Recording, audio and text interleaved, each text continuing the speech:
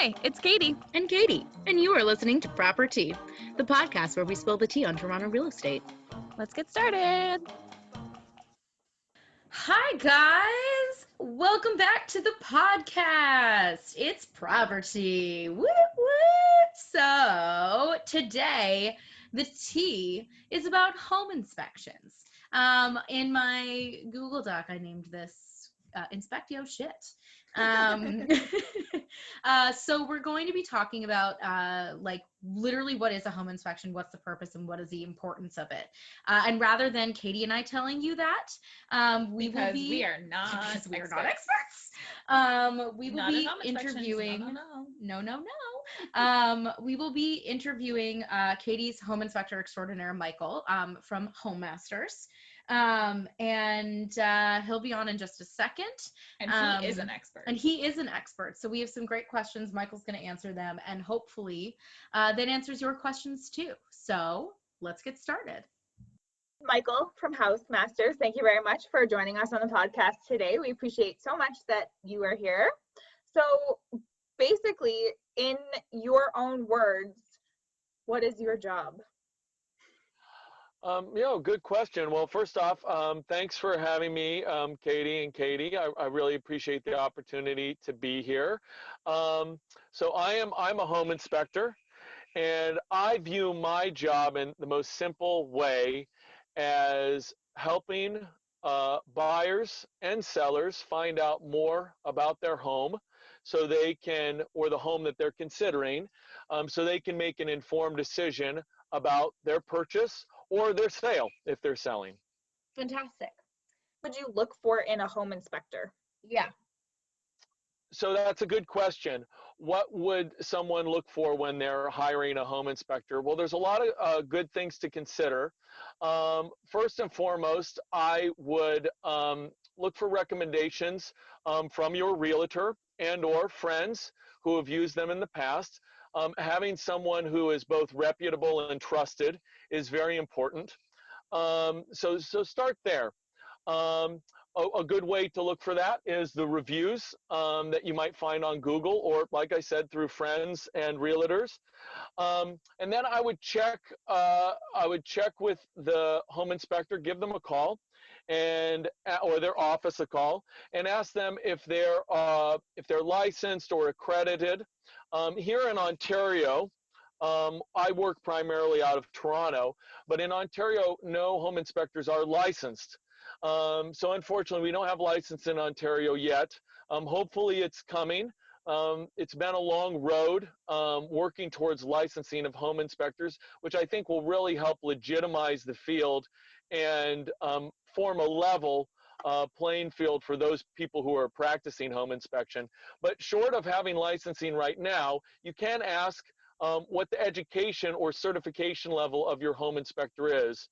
At Housemaster, all of our home inspectors are certified home inspectors, which means that we have taken a certain level of education, and we've performed a certain amount of home inspections. And those home inspections, or at least a certain number of those that we've performed, have been peer reviewed by other home inspectors. So you know that it's not just someone putting their name on a business card and calling themselves a home inspector. They have education, experience, and then review from people who are already practicing. So those would be some of the important things that I would ask a home inspector if I was looking.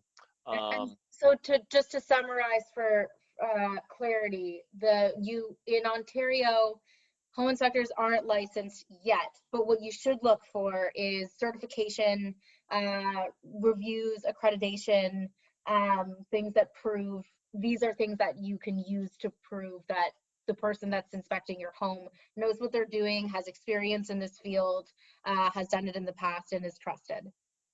Yeah, absolutely. The key things would be, certification, education, and reputability, Yeah. Other things that you might look for that may be a benefit to you is ask them what they look for. Ask them if you can attend. Do you deliver a written report? Are you insured? These are all things that if you are not part of the Ontario Association of Home Inspectors, which I am a member of as part of my business, that is the provincial, what do I want to say, Provincial Association of Home Inspectors, you have to be insured. Okay, so if you're not a member, then you may not be insured. Insurance would be a big deal. Yeah.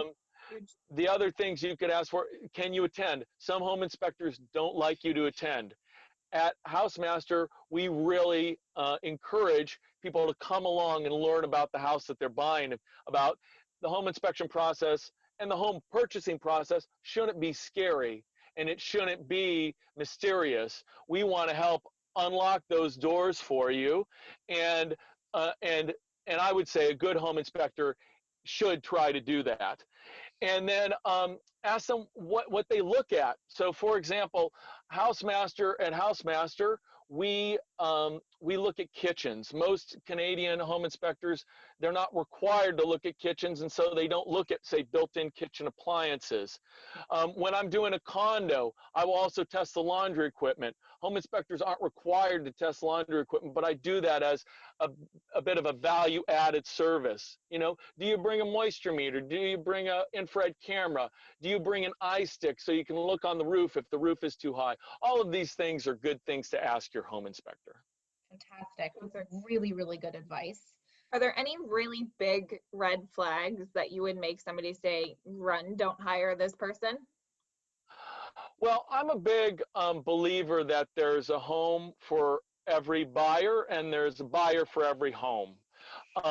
So you know, no matter what your budget is, no matter what you're looking for, I feel like there's a home for you. And on the flip side, even some of the more modest homes or more rundown homes, there's a buyer for those. You know what I mean? So I don't think it's my position or my place or any of my inspectors' place to tell you to or not to buy a home. But what we're going to try to do is tell you the truth about the home, the facts about the home, what the possible pitfalls or expense items might be, so then you can help make an informed decision. Like going back to the beginning, I don't want to tell you what to buy or not to buy, but what I do want to do is I want to help you make an informed decision when you do make that decision.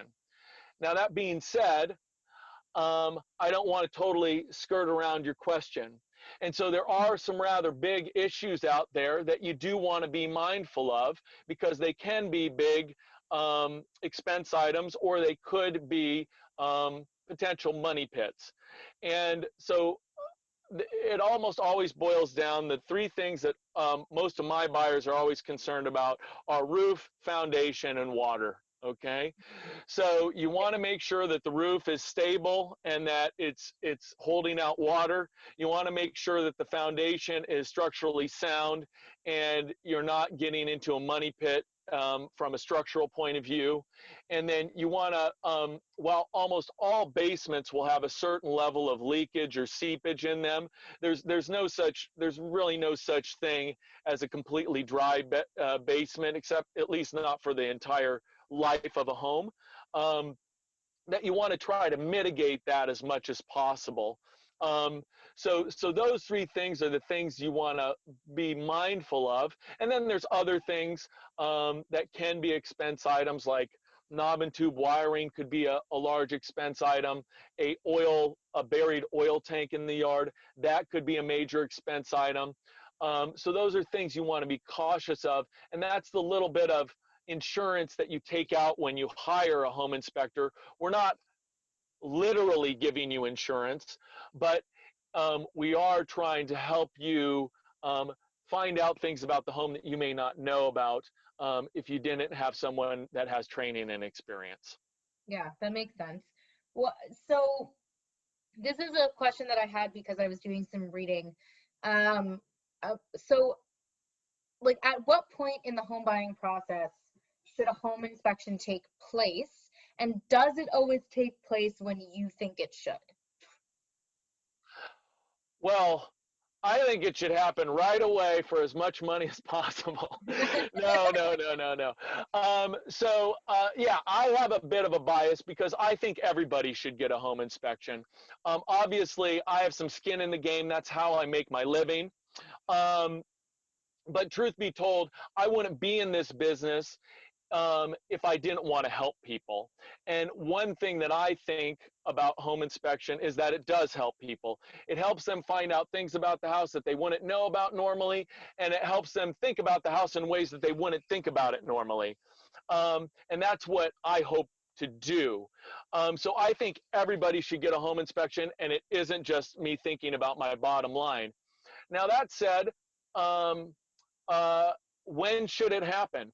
There's really no right or wrong answer for that. Um, I would say that, and especially in a market like Toronto. So I do work primarily in Toronto and in the GTA. I would say we're unusual for North America and even the rest of Canada, as we don't have a long conditional period. So there's kind of 3 inspections that are my bread and butter.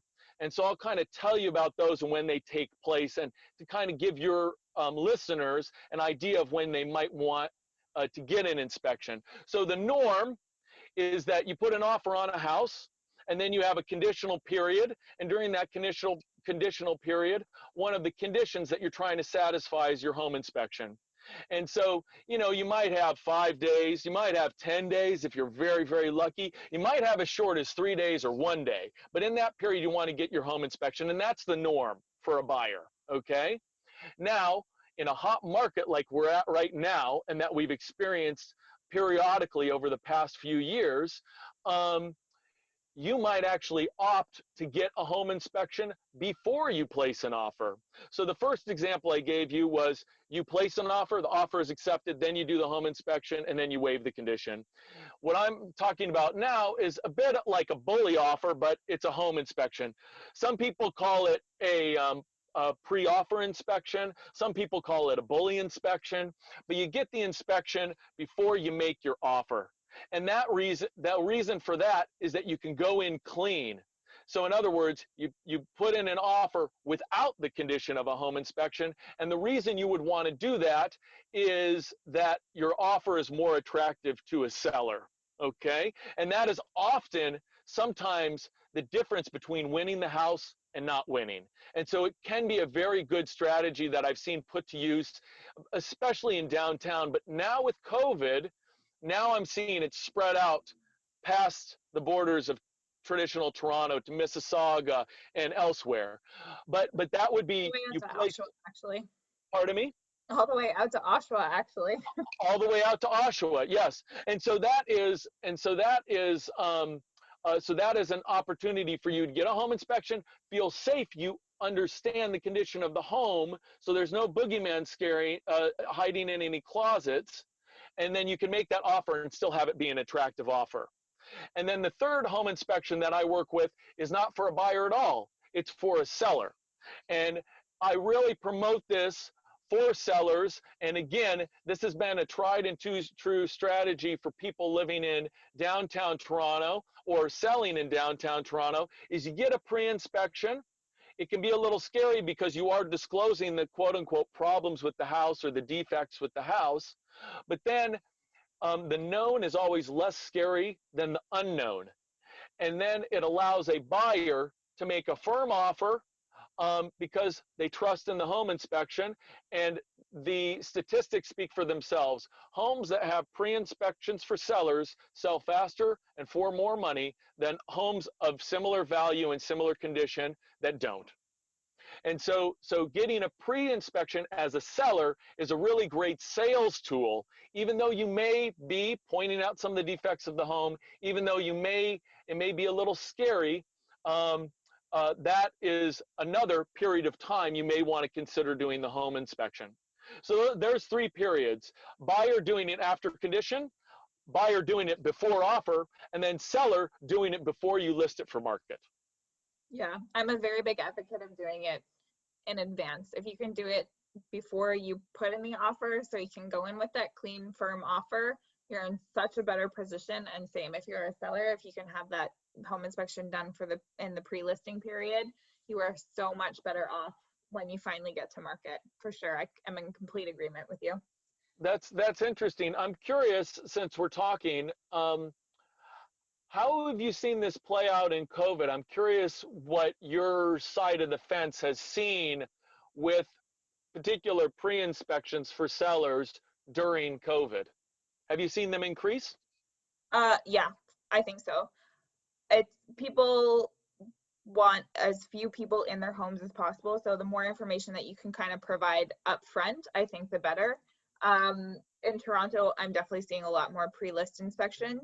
And then you turn around to Oshawa and it's a completely mixed bag, to be honest. I have sometimes with pre-list inspections, and then other times the agent actually wouldn't let me get a home inspection like in advance at all. I tried to arrange one for my buyers myself because the listing agent didn't have one and she refused the appointment. So it's totally mixed bag out there, but I have seen an increase in them for sure. Why would somebody refuse the pre-home inspection appointment? Like, what would be the reasoning behind that? Generally speaking, inspection appointments are longer. They're 3 hours versus 1 hour. However, and her justification for it was it's a very popular listing. I don't want to Block off 3 hours off of 3 hours. showing. Exactly. Which I trust. But it's a bit of a red flag in my opinion. Yeah. So we did not go in with a firm offer on that one. Yeah, I'll just add to that, and that's part of the reason I asked the question is I wanted to see if you'd felt the same thing that I felt, because I have heard that exact story time and time again, and in fact in Oshawa, since you were mentioning Oshawa, but throughout the suburbs, and exactly what Katie was saying, Katie, is that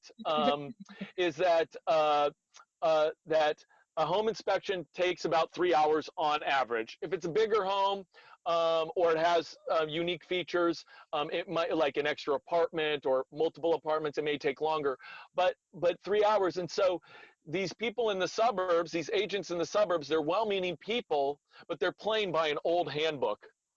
And so now COVID has rewritten the handbook, and people don't want people in their home as much. They can't do an open house where they have like 20, 30, 50 people in an afternoon or something come through. And so you're doing each slot in half-hour increments. And if home inspector comes in for 3 hours, then you're missing out on 6 people, 6 parties missing it.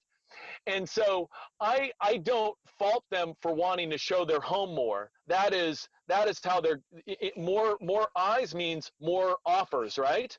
But what I do fault them for is not learning quickly and figuring out that a pre-inspection is a good thing to say, hey, I don't want you to come in with a home inspection and take up 3 hours, but I've done this in advance before we even made it available for buyers to come through. Please take a look. Yeah. You know, and I think that as the year goes on, and I would say even in the next spring, I don't think that people are going to become any more comfortable with people coming into their homes. And I think that we're already experiencing an uptick in COVID cases. And so it is even more important that if you are a listing agent, you should be at least considering a pre-inspection. Yeah, Completely agree. that makes sense to me. Yep. I have another question for you. Yeah. So as a home inspector, do you have any advice for some preventative measures that homeowners can make to avoid some of the most common issues? So I'm at like questions about like I'm thinking about like plumbing or like whatever kinds of like vents need to be cleaned out in homes. I am obviously not a homeowner, but these are the things that I imagine are like, and like you mentioned things like there's, you want to check out your roof and your foundations and all that kind of stuff. So do you have any advice for people who are about to be maybe first-time homeowners? What are some things that they can do preventatively to avoid some of the most common issues from kind of taking them out when they least expect. Let's Well, say I'm it's glad. like top 3 tips, Yeah, because top 3 tips. You don't have to go down a whole list. Well, yeah, I might speak broadly, because there's a lot of things that you can do. And one thing that I will say is that I'm glad you asked the question, because we find at Housemaster, we did a survey of over 3,000 or 4,000 of our inspections across North America a few years ago, and we found that over 80% of all defects found were due to lack of maintenance. Yeah. And so if you maintain your home, take care of your home, it'll take care of you. And so it really is important to take care of your home in some of these smaller issues. But I'm a homeowner myself, and you can get behind, you know? So so I would say, um, as a not to sound like plugging myself too much, but one thing you can do as either a homeowner or even as a home buyer is you can get a home inspection, and we can give you a full, thorough list of everything that is deficient that you can take care of. And that is a great way, whether you own the home for 10 years or whether maybe you bought it without a home inspection and you just want to learn more. That's maybe the fourth type of home inspection, is you get the home inspection after you purchase. But the top 3 has to do mostly with water and weather, okay? And so I would say the big thing is look at the outside of your house. The primary way that water gets into a home is through downspouts and poor grading around your exterior. And these are the simplest things to take care of, and most of them you can take care of yourself without the help of a professional. So all of your downspouts should be directed at least 4 to 6 feet away from the foundation.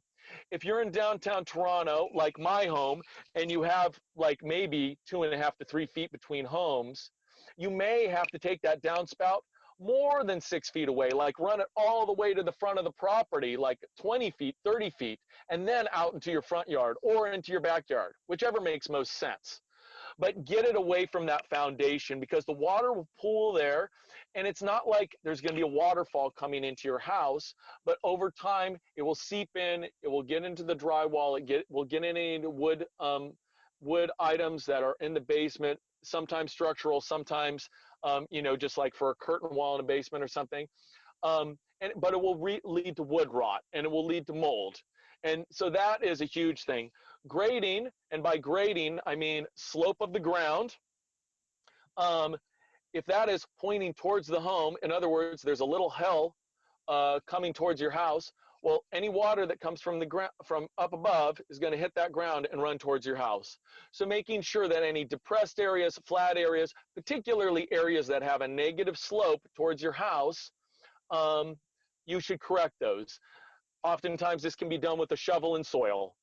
Sometimes it may need the help of a landscaper to either move patios or lay new concrete, that kind of stuff.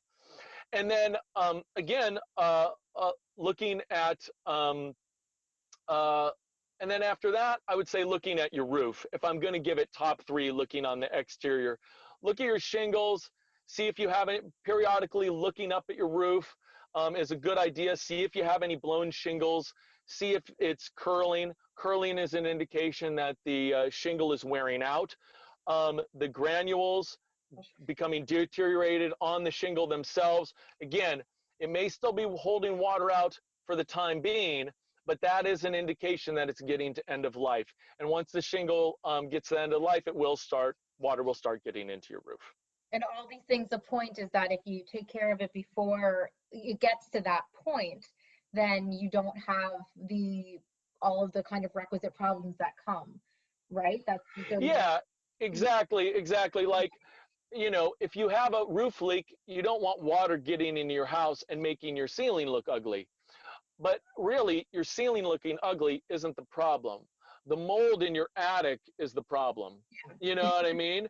The thing that you're not seeing, the like deterioration of the wood framing in your attic, that's the problem, So the indication of like the water stain on your ceiling is not good, but that's a signal of something's gone way too far, and there may be something lurking behind that ceiling in the attic that's a larger problem. Yeah. So these are all things you want to get taken care of. Also, just taking note of timetables. Roofing generally lasts 15 to 20 years, maybe 20 to 25 years, depending on the type of shingle. If you know your shingle is a certain age, then watch it as it gets near to the end of that life. You know, things like that. And I will say that, like, if you do book a home inspection with Housemaster, whether you ladies do as a realtor, or your clients do, or if you don't book me at all but you just want to stay up to date, you can go to our Facebook page. You can follow me on Twitter, Instagram. On a monthly basis, we're posting these type of maintenance items for you to look at. You know what I mean? On a monthly basis. So that's a kind of a way of just staying plugged in, and you know, just kind of a more casual way of reminding yourself to change the battery in your smoke and CO detectors. You know, making sure to change your furnace filter. You know, but then some of these bigger items, like I was saying, looking at the grading, things that like many people forget to do, but once you get that in your head, oh, fall's coming up, I should look at my downspouts, or I should clean my gutters. You know. Yeah, totally. No, that makes perfect sense. And that's great too. So guys, like, there's a resource for you right there. Uh-huh. Check out the Facebook and the Twitter. Yeah, Yeah. the Housemaster's Instagram is honestly one of my faves. They have the best advice. They have great advice. Oh, thank you. Yeah. We have one last question for you, and then after that, if there's like any kind of like closing statements or anything that you feel like we didn't touch on that you'd really love to impart to our like newbie homeowners, please do. Sure. But our final question, hopefully this is a fun one, is, do you have any like amazing stories from your time on the job that you're comfortable sharing with us? Like either ridiculous or like horror stories, or just like so funny. You couldn't believe it. It blew your mind. Yeah, I do. I have a lot of stories. You'll have to have me back for another podcast, and maybe we can just go over war stories. Love that. We will definitely be doing that. I'd love to, because I have a lot of them. I guess the one that jumps to mind most recently, and I'll bring it up as an example of why people should get a home inspection on new construction. And a lot of people think, hey, I don't need to go to home inspection on new construction. It has a carry-on warranty. It's new. What could possibly go wrong? And the truth is that, in my opinion, pardon me? That's where it all begins. Famous last word. Yeah. Where could it go wrong? In my mind, homes that have been lived in for 5, 10, 15, 20 years, those are actually the best homes to buy, because they're relatively young, but then all the problems have been sorted out by the prior owner. With a new home, you are a bit of a guinea pig, and it's not the builders are bad, or what do I want to say, or negligent, but it just happens that when you're building a lot of homes, or even if you're building just concentrating on one home, that sometimes things happen and you don't know until they get tested. And so you're the guinea pig who's testing it out. But the home inspector can be the one who's really running the test drive during your home inspection before you even move in. And so that's a really great thing that you can do for yourself, because you do find problems. In fact, sometimes more problems than you think in new construction. And here's one example, and I've seen this multiple times. Okay, is you have a backsplash or a mantelpiece around a fireplace. It's either marble or it's some kind of composite. And as that stovetop heats up, or as that fireplace heats up, it cracks the marble. Oh. And it is really loud. It sounds like somebody dropped a pan on the floor. And so one time I was doing a kitchen inspection, and I turned on the stove, and this guy actually already owned the house. And the reason he got me to do the inspection was because he wanted to fill out his Tarion 30-day form. And so I was the guy who did the inspection, which basically did all the work. And then he kind of copies it down or points it, like see page 2 or see page 7 to fill in his Tarion form. And I turn on the stovetop, and I want to make sure the burners get hot because it's an electric cooktop. And as the burners are getting hot, I'm at my computer typing away. And this guy's washing his dishes in his sink. And it sounded like he dropped a pan in the metal sink. It just was like, you know, like a big like clap. And I'm like, did you drop a pan? And he's like, no. And I said, well, you heard what I heard, right? And he's like, yeah, I heard that. And we like look around, we look on the floor, we look under the sink, we look everywhere, and there's nothing. And then I go to turn off the stovetop, and he comes over next to me, and we're talking, and he's like, oh, look at that. And there was a crack right up the marble backsplash. Wow. And what do I want to say? The depth of the cooktop must have just been too close to that particular backsplash, and it got too hot and it snapped. Wow. That must be such a bitch to replace. Oh yeah.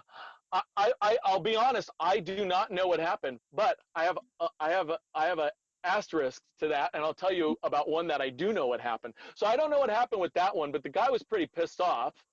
And yeah.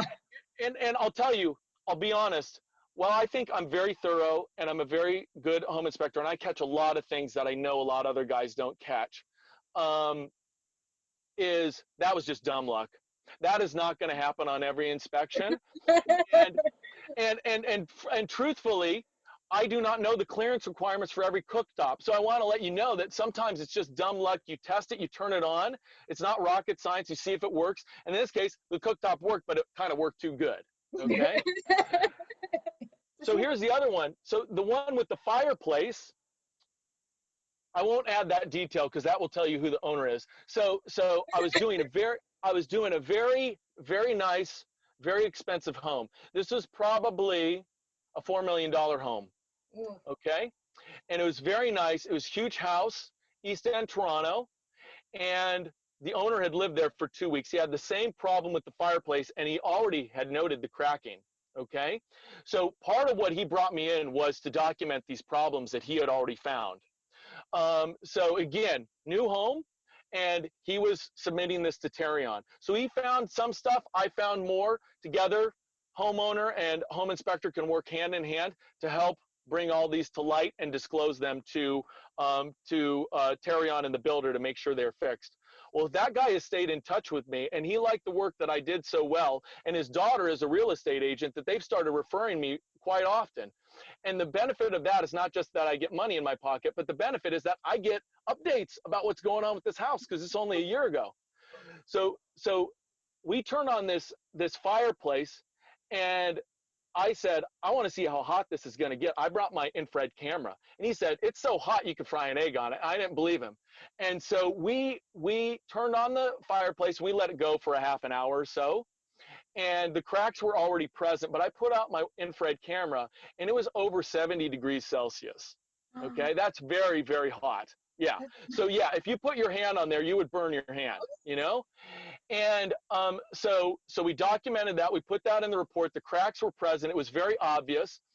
So later, the guy gives me a call, and he's like, can you give me some recommendations to some asbestos removal companies? Okay, because this was not marble, this was some kind of composite, and you said it was a bitch to take out. In order to take it out, they had to like bring in a saw and like saw it, but all the dust from the particles were going to get it all over the house, and it was going to be a health hazard. So they had to box this in and depressurize the room and bring it into a vacuum to get all of this dust away. New construction, always get a home inspection on new construction, just to remind you. And so So I'm like, oh my God, here's some asbestos companies. Yeah, go nuts. So then I get a call a little while later. Hey, Michael, I wanted to call you. I want to let you know I was referring you, but I also wanted to let you know about this other thing that happened. When they took off this hazardous chemical. It didn't have asbestos, but it was the same type of people would handle this kind of particulate, I guess. When we opened it up, they found that there was a gas leak, and I'm lucky that thing didn't explode. Brand new construction. The guy who installed the fireplace didn't connect the gas line correctly, and of course, as a home inspector, hidden behind like composite marble, there's no way that me or the homeowner or even the builder would know that there was anything wrong. But there was a gas leak that could have led to an explosion in that $4 million house. Oh my gosh. Holy shit, I'm so glad I asked this question. First of all, Yeah. amazing. So I got a ton of them. We'll definitely come back to do. I want to hear a lot more of these. This is fascinating. We'll do a war story series. Yeah, that's great. Well, that's good. I'm gonna write it down. More stories. This is brilliant. Oh my God, that's so crazy. Yeah. So that was our last question for this round.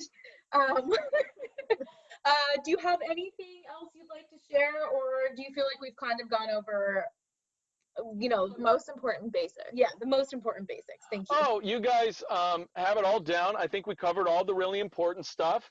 I guess that I'll just, restate. It's Michael at Housemaster here. I work in Toronto and throughout the GTA. Whether it be realtors or clients, I always recommend you give us a call. I am a working home inspector, so I do try to field my own calls, but sometimes I can't. But I always try to give time to realtors and clients alike. So if you have any questions, please reach out, and we'll do our best to help you. I have personally used your services and I can absolutely vouch for them. They're the best. My only home inspector that I ever want to work with forever, of all eternity. Oh, that's so sweet. Thank you. You are so welcome. Thank you so much for being here with us today. We really appreciate it. We really appreciate your expertise, and I'm sure all of our listeners will too. Yes, and you'll be hearing from us, because I like, if there are any more updates on this particular house as well. Like, I'm invested and I need to know. I hope no more. I hope no more. Whoever lives there's sake. That sounds like a saga. Yeah. Perfect. Awesome. Thank you so much, Michael. We really appreciate it. Thank you. Yep. Bye. Talk to you later. That was amazing. That was amazing. Michael's great. I can't wait to exchange war stories. Yeah, he is really great, and his inspections are very, very thorough. And I have been to home inspections with him, with my clients and without my clients, and he's really great with my clients as well. He'll stop everything that he's doing and will answer their questions to make sure that they fully understand and are fully comfortable with what's happening, what he's doing, everything. Highly recommend. So the moral of the story is, get yourselves a home inspector like Michael. Because it's the home inspector is a really important part of your real estate team, and you want somebody who's going to go the extra mile. I think. Yeah. Nobody wants their $4 million home to explode because of a gas leak behind the marble fireplace. Yeah. That one suck. And I just have one last question before we sign out. Katie, what is Tarion? Because Michael said that a lot, and I just truly am completely ignorant. Right. So Tarion warranty. It's a warranty. So when you build new construction in Ontario, obviously new buildings have warranties on them. When you have new things, warranties come with them. Even when you buy new shiny electronics, they come with warranties. And those warranties are usually backed by somebody else as well. So in Ontario, we have Tarion, who backs builders' warranties effectively. So if you're buying new construction, you will likely deal with Tarion in some way. Got it. Okay. Thank you for the clarification. You are welcome. And thank you guys for listening. We hope that was as entertaining and informative for you as it was for us. And don't forget, if you have any questions about what we talked about this episode, feel free to DM us on Instagram and we will compile them for a further interview with Michael, and or B, reach out to Michael himself. He, like he said, Home Masters, Facebook, Twitter, all of it, Instagram, I'm sure too. Yes, we're not dating ourselves anymore. Jesus Christ. We will also link Michael's social media pages. Yes. So keep an eye out, check them out, and yeah, woo, see you next time. Bye. You've been listening to ProperTea Podcast. Thanks for tuning in, and don't forget to like and subscribe and follow us on all of the platforms. And remember, if you have any questions about anything we've discussed on the podcast, or you want us to discuss, DM us on our Instagram at ProperTea Podcast. That's ProperTea Podcast. See you next time. Bye.